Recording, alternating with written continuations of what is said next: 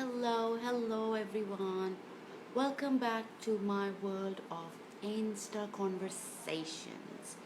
Today I have someone special coming in. She is a mother of a 1 year old, um, and I will just wait for her to come in and join the conversation and talk about her beautiful little boy. And how's everyone doing today? We are all set and ready to have her on board.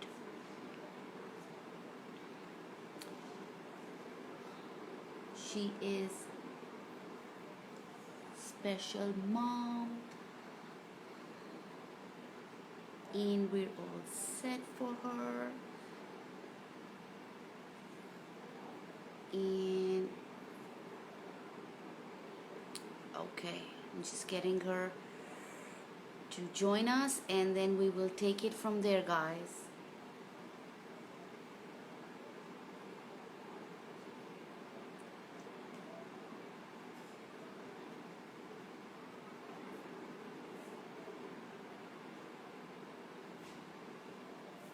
We are all set. We are gonna start in seconds.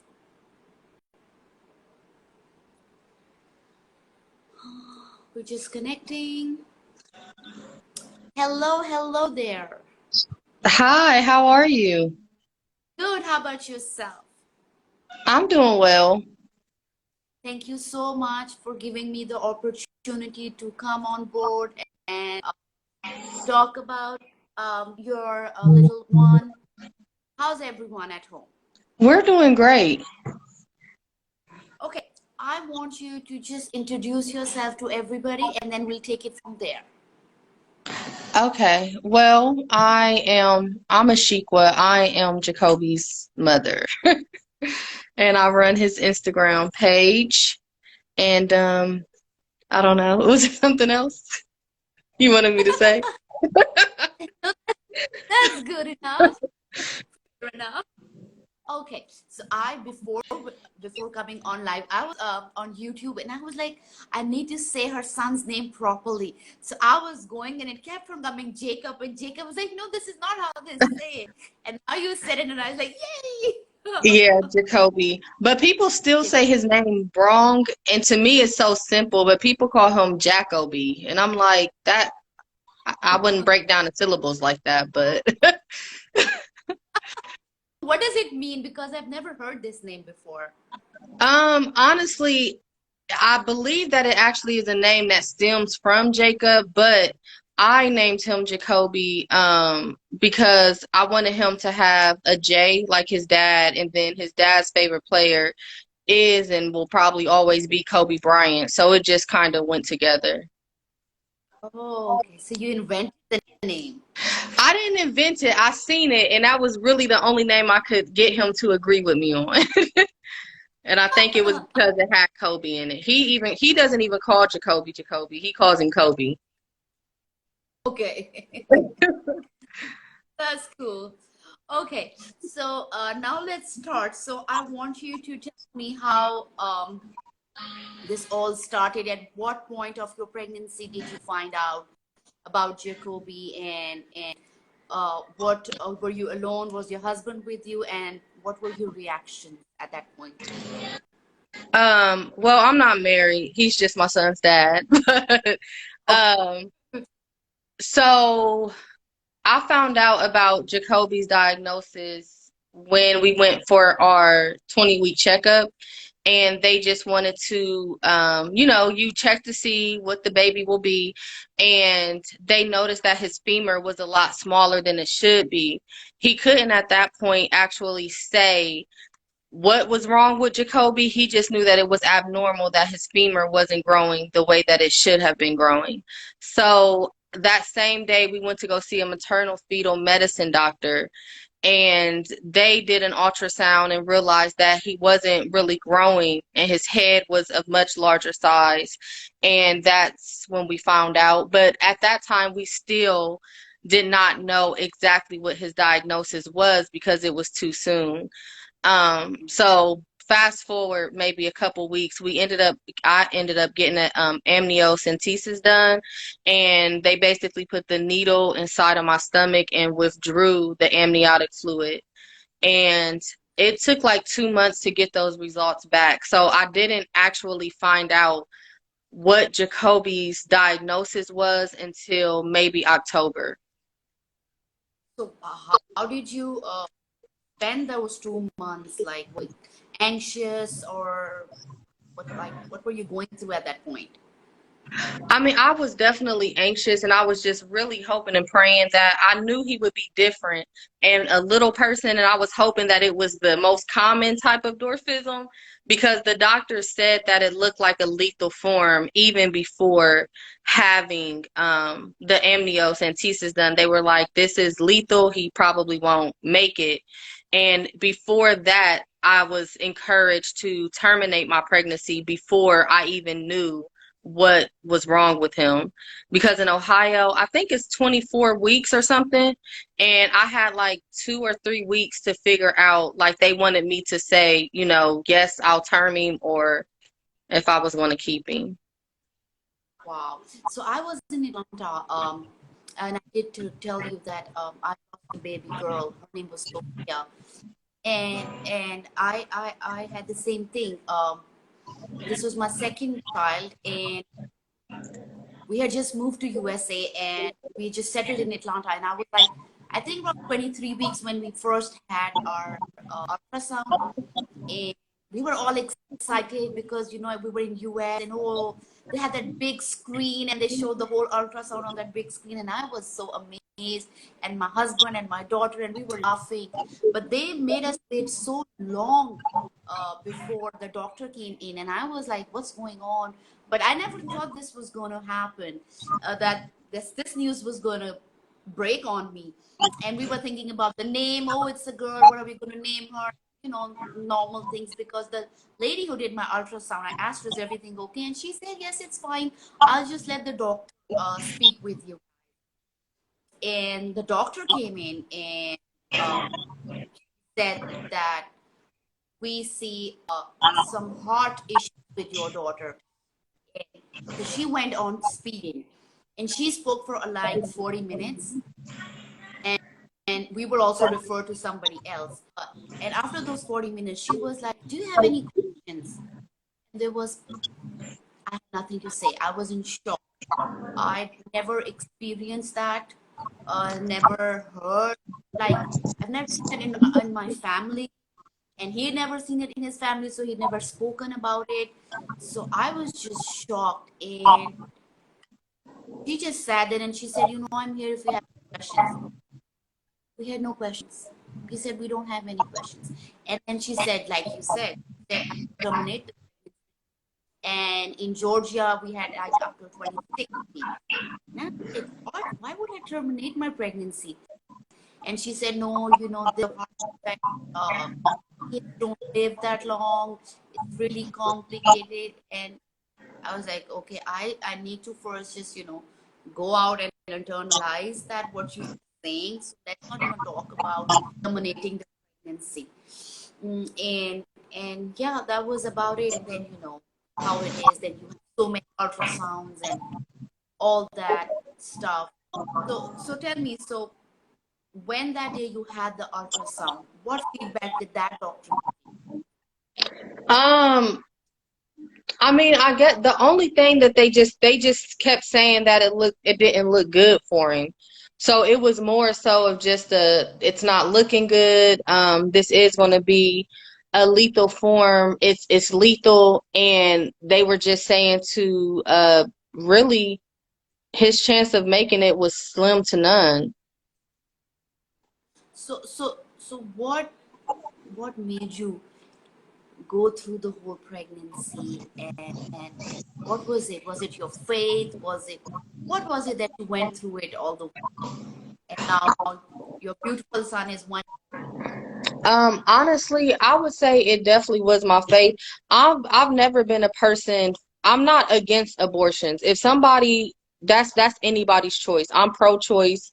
if that's what you choose to do, it's your body to do that. I'm not going to judge anybody, but for me, I know that I wouldn't be able to live with it. So it was honestly my faith that got me through it, and I just figured all I can do is see what happens.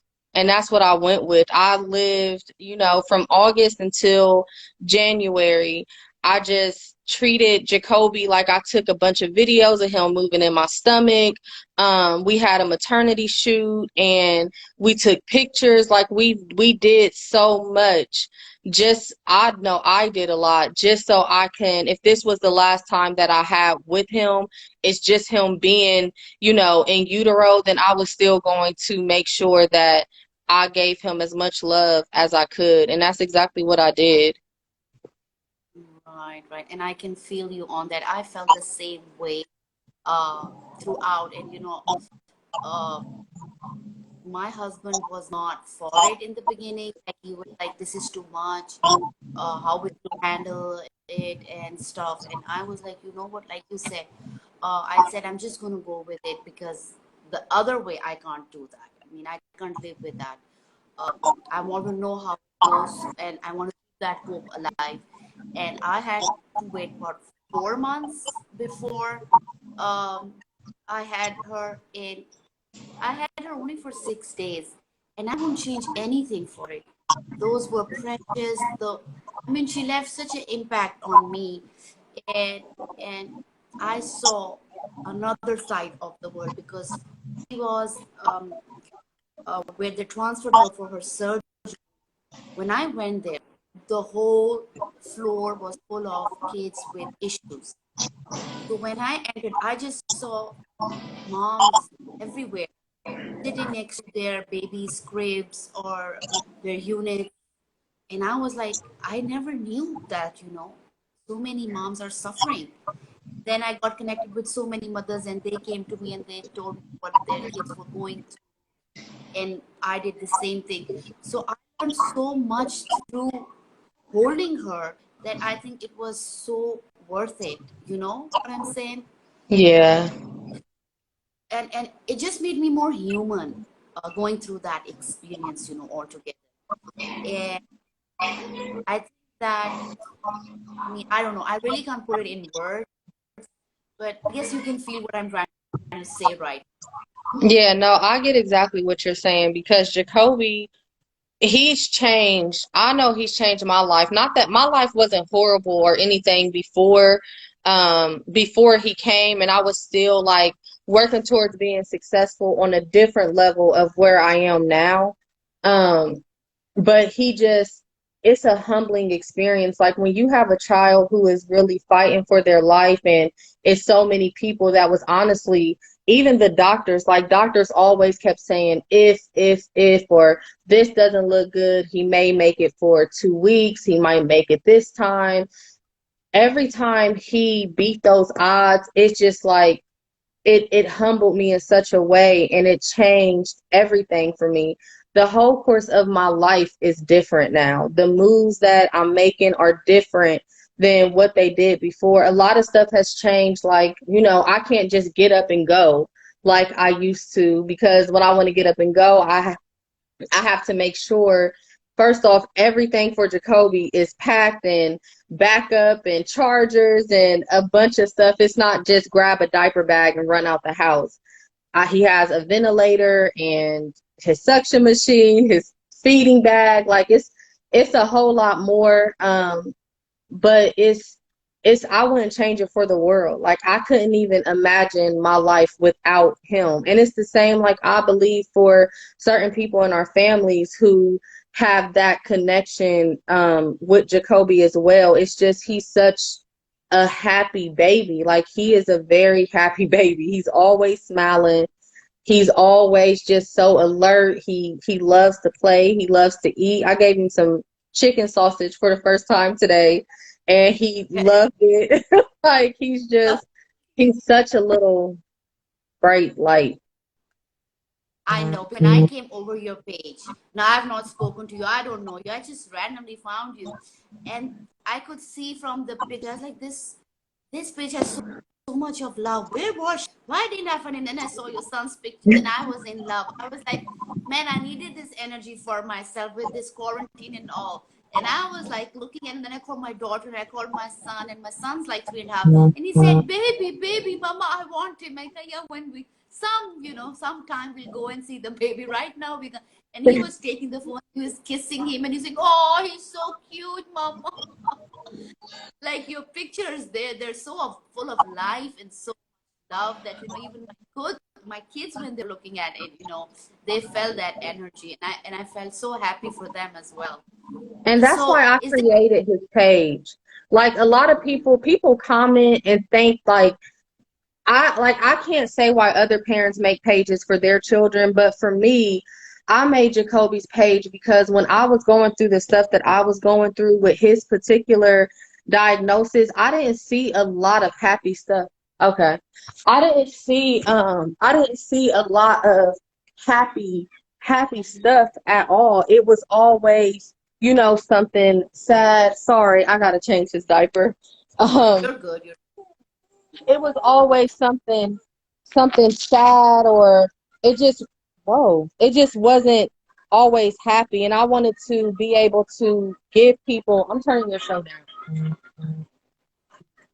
You're good. Don't worry. I wanted to be able to give people hope, and it doesn't matter if they've never been pregnant with a child who didn't have, a certain type of diagnosis. If I Hmm. can get through this, anybody can get through anything, because this was the hardest thing that I've ever had to go through. Right, right. So is this your firstborn or No, I have a 10-year-old as well. okay, okay. And how does he feel as a sibling? Oh, he is. I think I told somebody before. Amir is like Jacoby's second dad. He does everything for Jacoby Oh, except change that's his so cute. diaper. He thinks it's weird touching his butt to put like baby diaper rash cream on it, so he won't change his diaper. Okay. Uh, so he's your second born. I got that. Okay. So how did you pre-prepare? The doctors were not giving you any good feedback or anything of the sort. How did you pre-prepare yourself, or like what mindset did you go with when you're going to deliver him? And was it a normal So, delivery? 1 second. Okay. Oh, Hey everyone, I hope you're all here are enjoying and fine and safe. you want to say hi? You want to say hi? Say hi. Hi there. Hello. Hi. You don't want to? Okay. No. Here.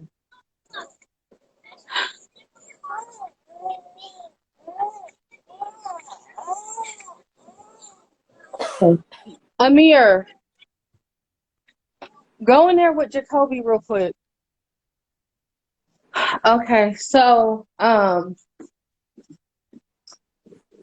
the day that I delivered Jacoby, so I was induced, so I knew exactly when I was going to have him.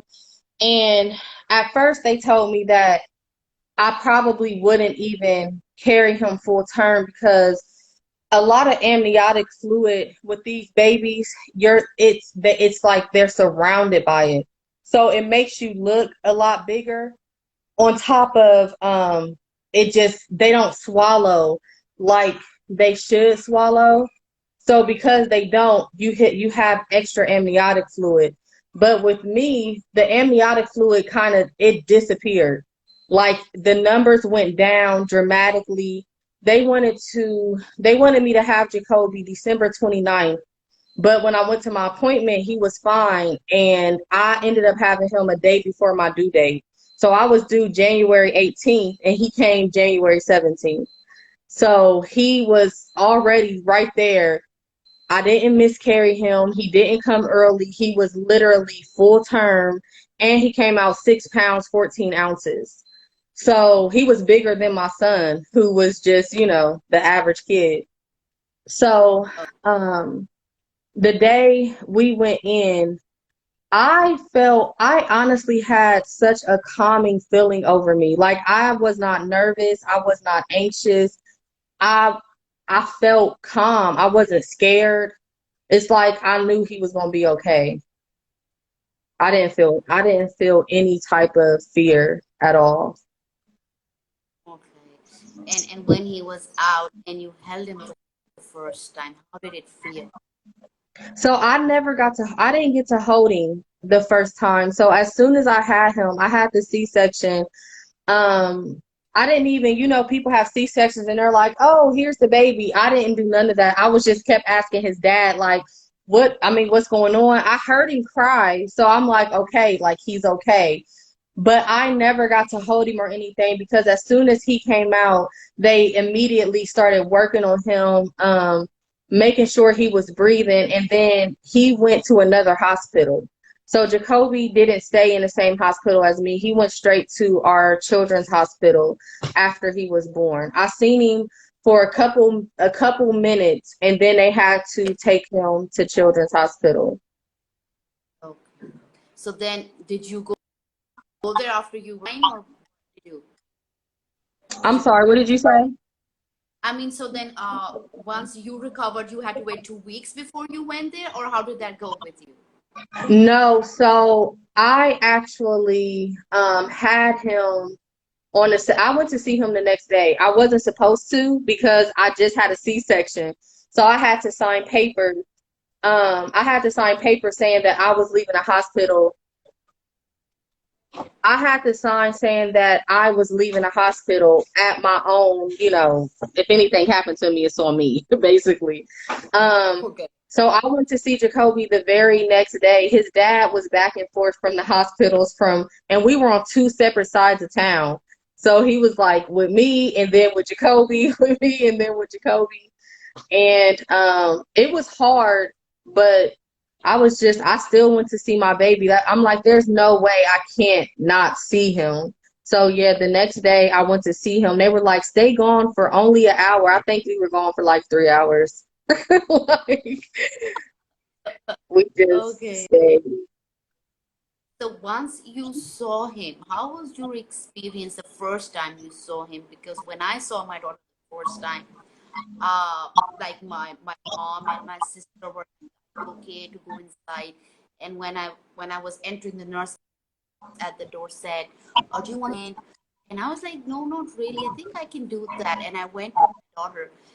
Yeah, I was taken aback that she was hooked up to a lot of things, but I didn't like, they thought that I would have an emotional meltdown or I would cry or no. I was so happy to see her there breathing.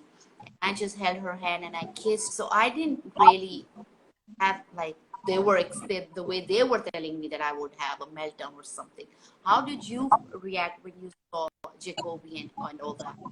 I was so happy to see Jacoby, and like the doctors made it seem before he came out, the maternal fetal medicine doctor. So my OBGYN, he was with me. He's like, I'm here to support whatever decision you want to make. It was my maternal fetal medicine doctor that was super negative and that was always saying that Jacoby wouldn't make it.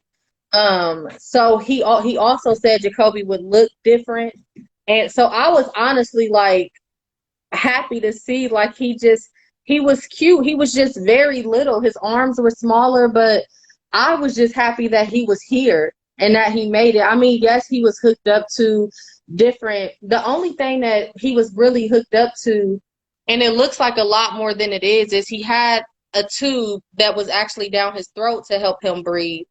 And then, like, as far as like the heart monitor, those were all just stickers and stuff on him. Like, I've seen people in the hospital multiple times. That didn't do anything for me. I was just so grateful. Like, I didn't feel scared or anything. I was just so happy that he was there. And that same day, we did the chest to chest and everything, so he could feel me and know me, and just I did all of that with him.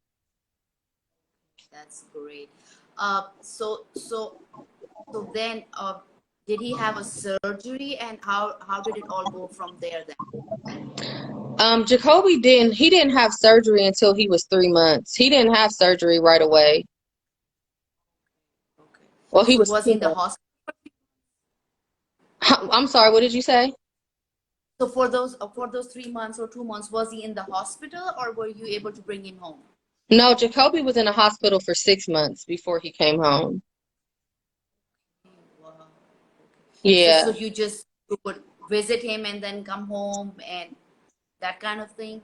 Yeah. I mean, I stayed the night with him some nights, but I still have a 10-year-old who's in third grade. So I had to, well, he was 9 at the time. I had to, balance that, and I work full time. So I was back and forth from the hospital, work, and then Amir, and then Jacoby. And yeah, that was my life for like all of 2019. I was just focused on the first half getting him home, the second half keeping him home. And did you have you seem so strong. I want to give you a hug right now. But how did you, I don't know, like how did you manage that? Because were there people around you also that gave you a lot of support, like family, friends, work, like colleagues and stuff? Or was it just you in all of that? Because I know moms are just super, I know that. But I want to know because you're Um, above that. I would say I definitely had a great support system. Like as far as like my friends, not all, I've actually lost friends over like since I've had Jacoby. Um, just because, I'm a person who is there for people when they need me. And when certain people were not there for me, like I don't like, how are you my friend and you don't even have my back? So I actually don't talk to a lot of people since my son has been here. And I did have family who was very, very supportive, as well during that time. But for me, it was just, I guess I was just doing it. I didn't even realize it until like people were like, you're such a great advocate. And I'm like, I don't even use that word because to me, I'm just being a mom. I didn't think, oh, I'm advocating and I'm fighting for his life. I mean, granted, I did, have to cuss a few doctors out a few times and let them know what was what because they were trying to do stuff. Like I was not a parent of wanting to keep drugging my son. I wasn't okay with that. You're not going to give him, he would cry and they're like, oh, we're going to give him fentanyl. He's in pain. First off, he's not in pain. Secondly, you're not going to give him drugs without telling me first. So before my son was giving anything that was other than Tylenol, they had to call me and tell me what was happening to give that to him. I feel like if I would have allowed them to keep him drugged up while he was in a hospital for 6 months, my son wouldn't be as alert as he is because he would have been asleep all the time. So I had to go back and forth with doctors a lot about them drugging my baby, which was annoying. But yeah, that time in the hospital was crazy. Goodness, I can't even imagine. So tell me, the day you brought him home, I saw on your page we had a little bit of a car seat challenge over there. Oh my goodness, Jacoby, he did not like his car seat. So he has two Okay. car seats. The car seat that the car seat that is connected to his stroller is where he failed his car seat test. But somebody ended up getting us like a really expensive car seat and he passed in that one. So Jacoby he's a little high class. He likes expensive things. So he ended up passing inside of that car seat test. And I was so mad. I'm like, this was the only thing holding him back. But he was able to take it again and he passed and came home. So it was like just a small bump in the road. Okay, okay. So tell me about the first night when how was that with you The guys? first night he came home, well, it was, you know what? I'm gonna have to post that video. Um, I'm gonna have to post that video. I never posted it.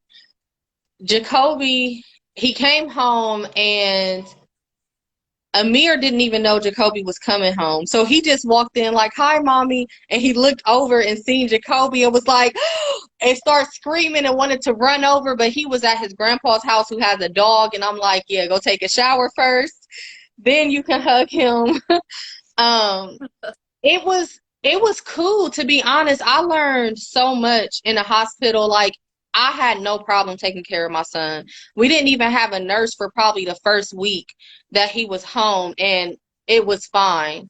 So, yeah, I for me it was just like me taking care of him in the hospital. I went to the hospital every day. I gave my son a bath every day, changed his clothes, did his trach ties, read to him, played music for him. It was just not in at my house, but when he came home, it was just same thing. We're just at home now. Okay, great, great.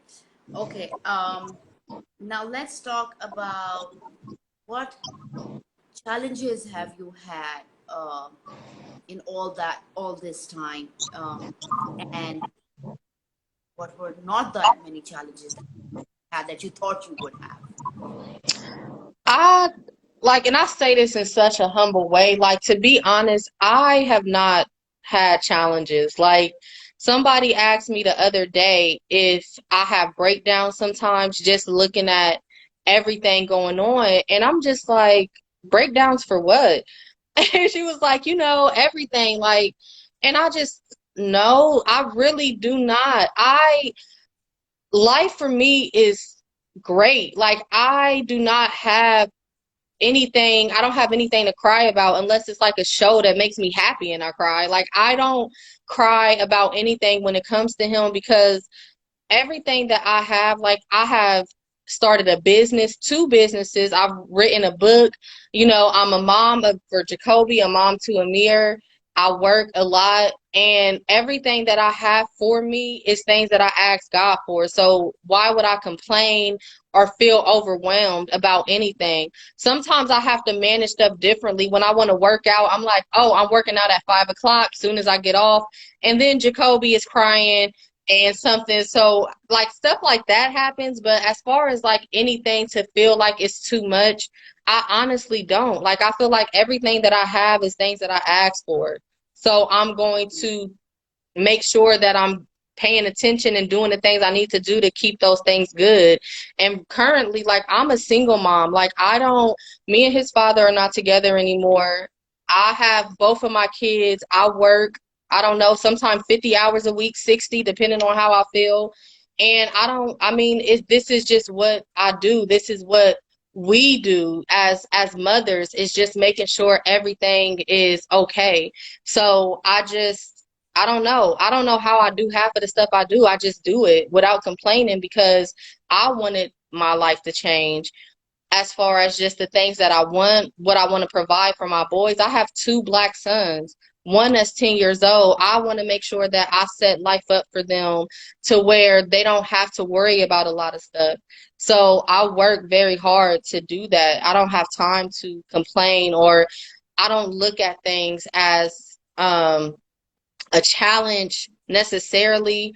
It's like, I don't know. I don't know. Like, even now we lost two nurses because they both are on maternity leave. I haven't even had a nurse in like 3 days. But it's like, it's cool. I just, Jacoby is a laid back kid. Amir helps. I'm able to still move and groove do what I need to do. I've checked stuff off my list. This is life. This is my life now. Right, right. Let's talk about your book now. Hold on, Amy. I think it's Amy. Amy, we're just talking about my son. If you click on our page, you can see exactly like who we are. But we're just talking about just life, how life is different, and motherhood. Yes. So let's talk about your book. What inspired you to write it? And let's talk about that. Oh, I should probably get it. Let me grab a copy real quick. I'll be Yeah, right please. back.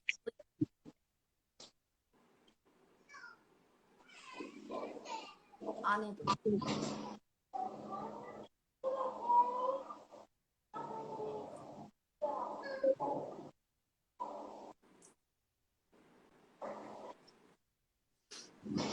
Guys, we're just waiting on her.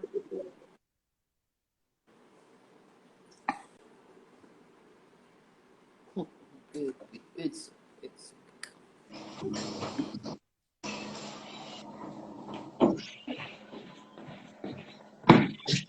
Sorry, I forgot I sold. I gotta open up another box. I forgot I sold the other box. oh,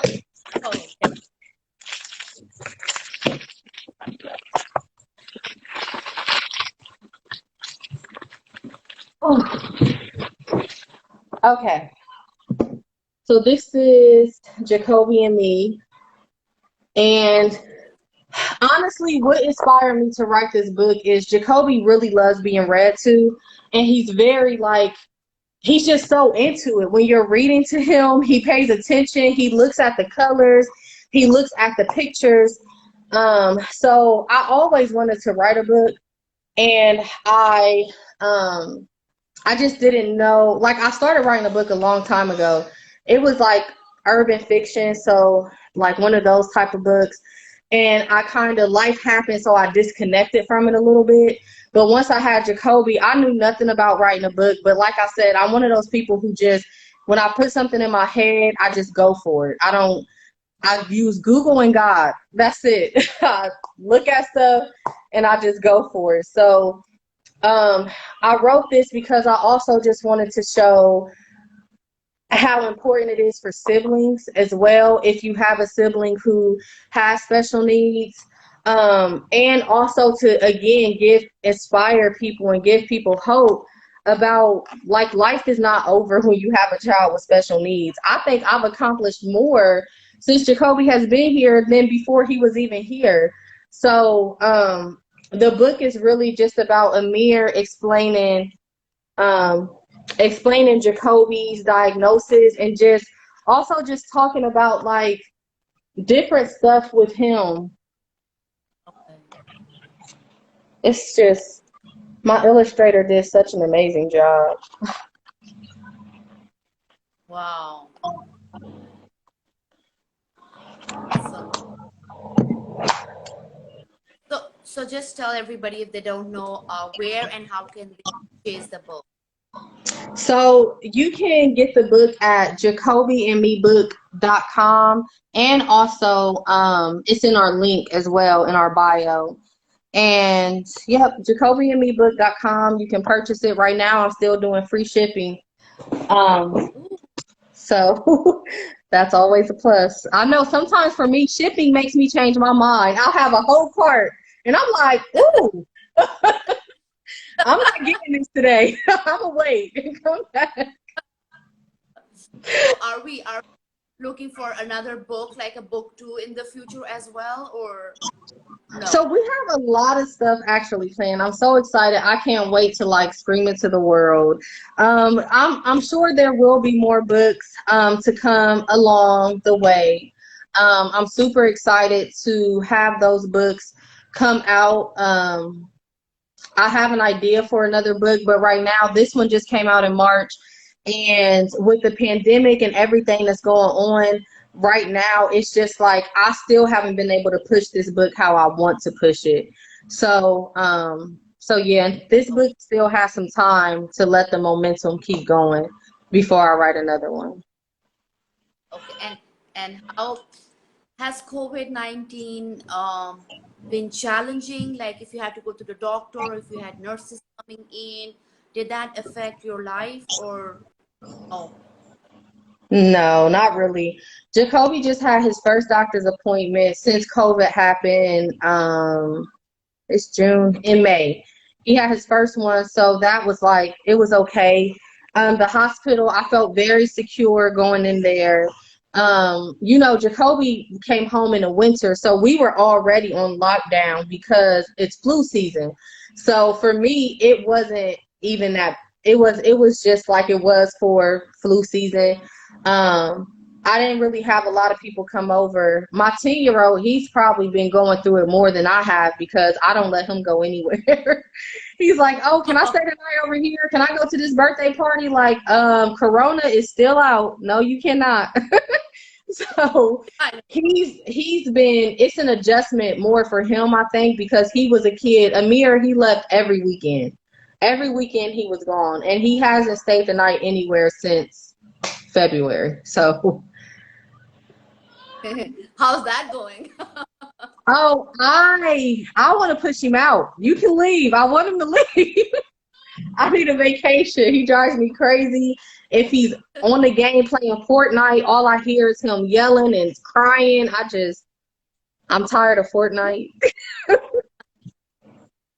my daughter is Roblox, so it's oh my goodness. That Roblox gets on my nerves. Roblox, he used to really, really like Roblox. But Fortnite, OMG. It is it's oh It's I loud. mean he's loud. People, why did you kill me? I'm like, oh my god, this is a game. Calm down.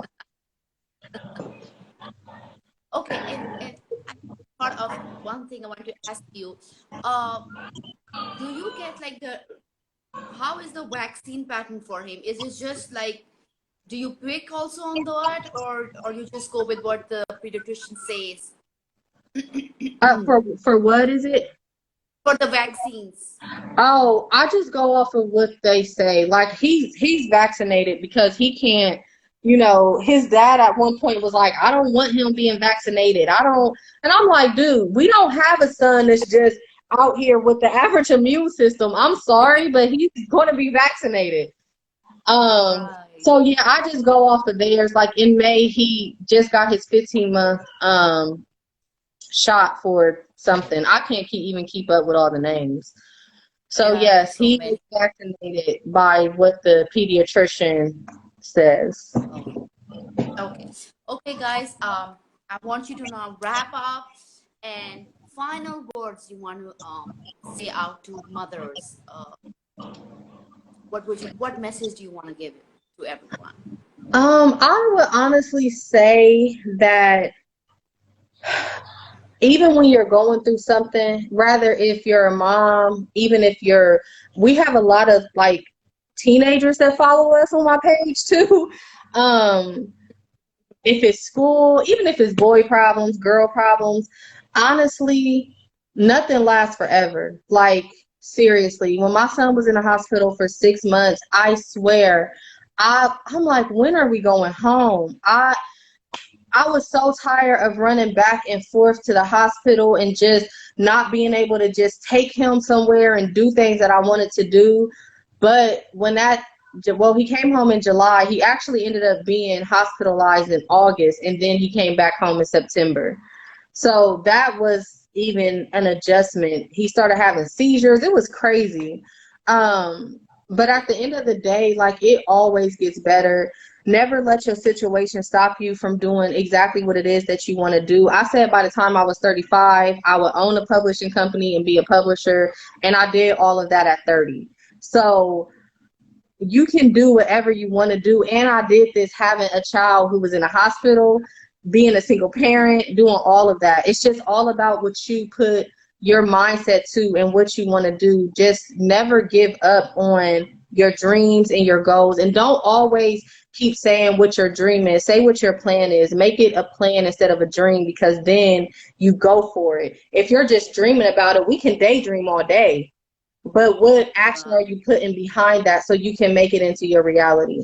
So just stay focused no matter what the situation is, mom, dad, no kids. Just focus on what it is that you want to do, because you can do it. Literally anything is possible. Thank you so much for your time. It was really nice to listen to you, and you're so strong. And like I said before, I want to give you a big hug and get some Thank energy you. out of this into myself.